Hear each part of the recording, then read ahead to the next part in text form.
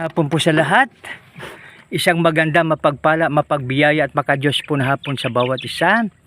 Ang iyong lingkod ay dito po sa Barrio 5, dito sa Sitio Tubungan, Banga, South Cotabato. Mga kaibigan, dito na po tayo sa mga awit 56. No? Aking pong babasahin. Subalit bago yan, ang pagpapala nawa ng ating Panginoon ay sumasa ating lahat. Maraming salamat. Tayo magbasa muna, no? Psalms 56, sa punong mga awit ayon sa ang kalapati, sa malayong mapuno ng rubli. Miktam ni David nang hulihin siya ng Mapilistiyo sagat. 56. Maawa ka sa akin, O Diyos ko, sapagkat niyurakan ako ng matao. Buong araw na pag-aaway, inaapi niya ako. Sa buong araw ay niyukuran ako ng mga kaaway, sapagkat marami ang may kapalaluang sa akin ay lumalaban. Kapag natatakot ako, aking inilagak ang tiwala ko sa iyo. Sa Diyos na pinupuri ko ang salita,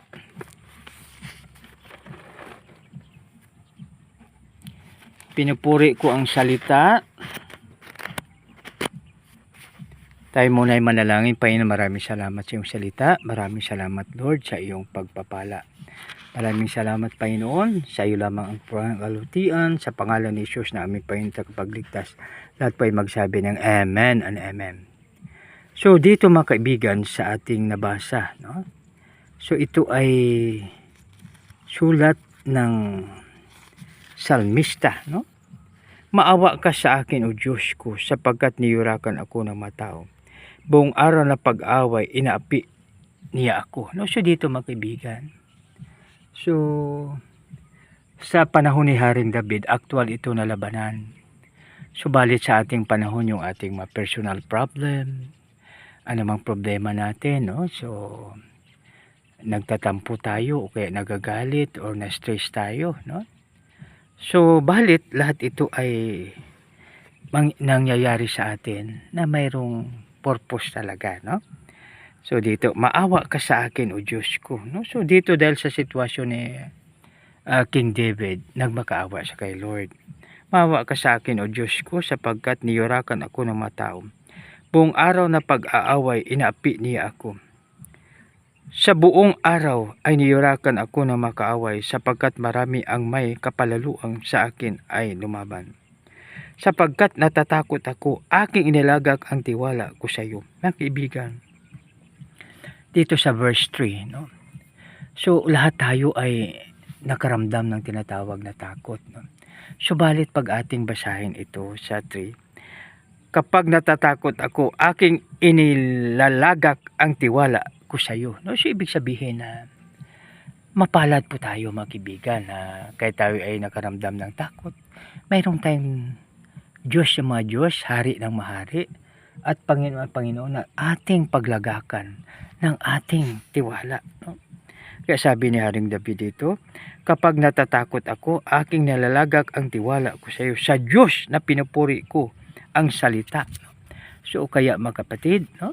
Purihin natin ang ating Panginoon. Bakit natin siya purihin? No? So dahil sa kanyang ang lakas, proteksyon at gabay ay mula sa kanya. Sa Diyos ay nilagay ko ang aking tiwala. Ang laman sa akin ay ano ang magagawa? Ang laman sa akin, ibig sabihin yung ibang tao rito, no? So pag kay Lord tayo, sino pa ang laban sa atin? Kasi si Lord ay nasa atin. Kaya napakaganda talaga pag tayo ay sa ating Panginoon. Burong araw ay sinisikap nilang saktan ang aking kalagayan, sapagkat ang kanilang mga pag-iisip ay laban sa aking ikakasama. No? So natural lang yan, no, na pagalit ang tao sa isang tao, siyempre gawin niya ang lahat para makaganti o kaya para makalamang siya doon sa isang tao na yon. No? So natural lang po yun.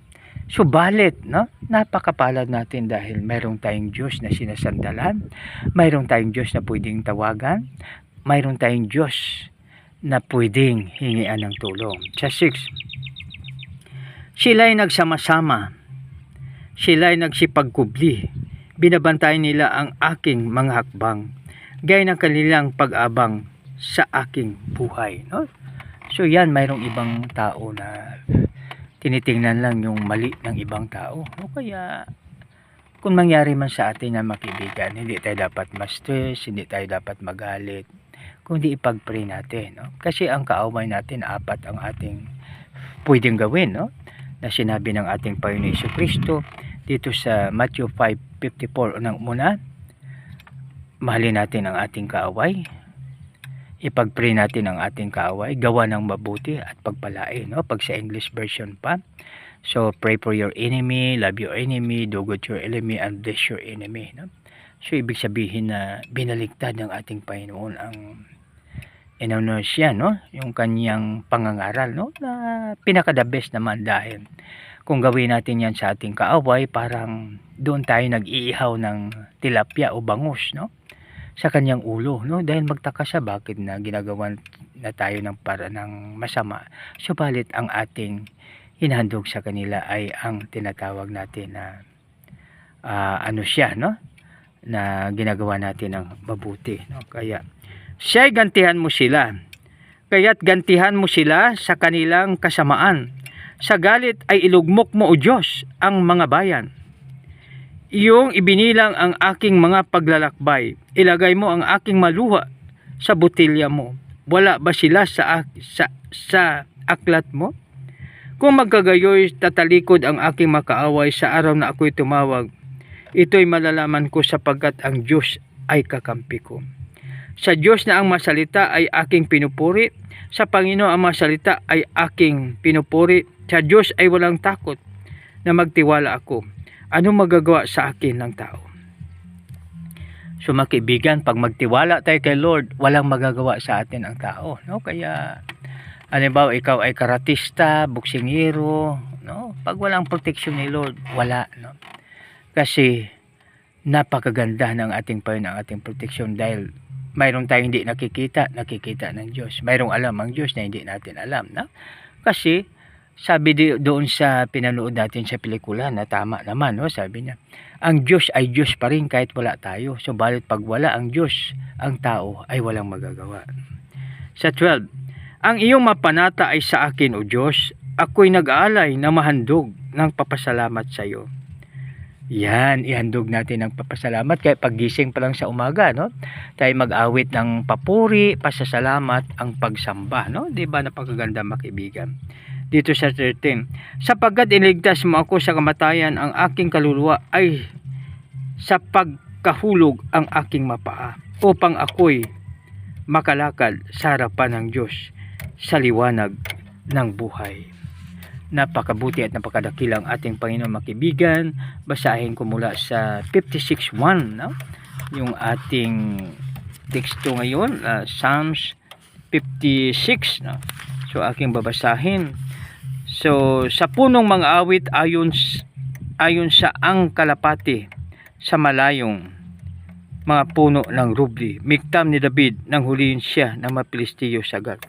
Maawa ka sa akin, O Diyos ko, sapagkat niyurakan ako ng matao. Buong araw na pag-aaway, inaapi niya ako. At buong araw ay niyukuran ako ng makaaway. Sapat marami ang may kapalaluang sa akin ay lumalaban. Sapagkat natatakot ako, aking inilagak ang aking tiwala sa iyo. Sa Diyos na pinupuri ko ang salita. Sa Diyos ay inilagay ko ang aking tiwala. Ang laman sa akin ay ano ang magagawa? Buong araw ay sinisikap nilang saktan ang aking kalagayan. Lahat ng kanilang mga pag-isip ay laban sa aking ikasama. Sila'y nagsama-sama, sila'y nagsipagkubli, binabantayan nila ang aking mga hakbang, gaya ng kanilang pag-abang sa aking buhay. Kaya't gantihan mo sila sa kanilang kasamaan, sa galit ay lugmok mo, O Diyos, ang mga bayan. Iyong ibinilang ang aking mga paglalakbay, ilagay mo ang aking maluha sa botilya mo. Wala ba sila sa aklat mo? Kung magkagayoy, tatalikod ang aking makaaway sa araw na ako'y tumatawag. Ito'y nalalaman ko sapagkat ang Diyos ay kakampi ko. Sa Diyos na ang masalita ay aking pinupuri, sa Panginoon na ang masalita ay aking pinupuri. Sa Diyos ay walang takot na nagtiwala ako. Anong magagawa sa akin ng tao? ang iyong mga panata ay sa akin, O Diyos. Ako'y nag-alay ng mahandog pasalamat sa iyo, sapagkat iniligtas mo sa kamatayan ang aking kaluluwa, at sa pagkahulog ang aking mapaa, upang ako'y makalakad sa harapan ng Diyos sa liwanag ng buhay. Purihin ang ang Diyos. Tayo ay manalangin. Panginoon, maraming salamat sa iyong salita. Lord, gamitin mo po kami sa makapanging paraan upang kami makashare ng iyong salita. O Lord, maraming salamat sa iyo. Sa iyo lamang ang kapurihan kalutian. Aming Diyos Ama, dinadaing po namin ito sa matamis na pangalan, yung anak na si Jesus na aming payong takapagligtas. Lahat pa ay magsabi ng Amen and Amen. God bless us all.